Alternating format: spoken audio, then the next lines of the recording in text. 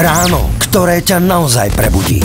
Ranný rok s Tomáčom. Filip Polc je macher na bicykli, Slovensko reprezentuje v horskej cyklistike a špecializuje sa na zjazdové disciplíny.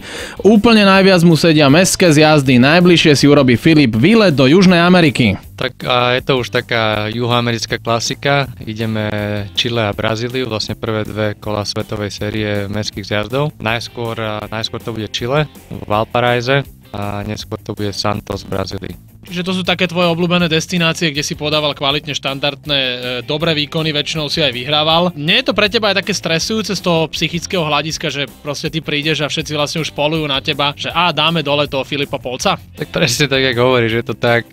Podarilo sa mi v Santose vyhrať vlastne 4-krát za sebou. Teraz by to mohlo byť 5-krát, na čo sa celkom teším. No a vo Valparaíze tam tá bilancia je trošku horšia. Bol som 2-krát prvý, 2-krát druhý, takže teraz to musím zobrať na svoju stranu s tými víťazstvami. Takže uvidím, budem sa pripravovať svedomite. Vlastne s prípravou začínam už čoskoro a dúfam, že tá konkurencia zase bude kúsok za mnou.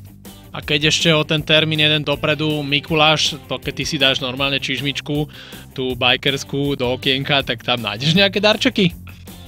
Tak určite, chystám sa ich vyvapkovať, takže dúfam dám aj dve radšej.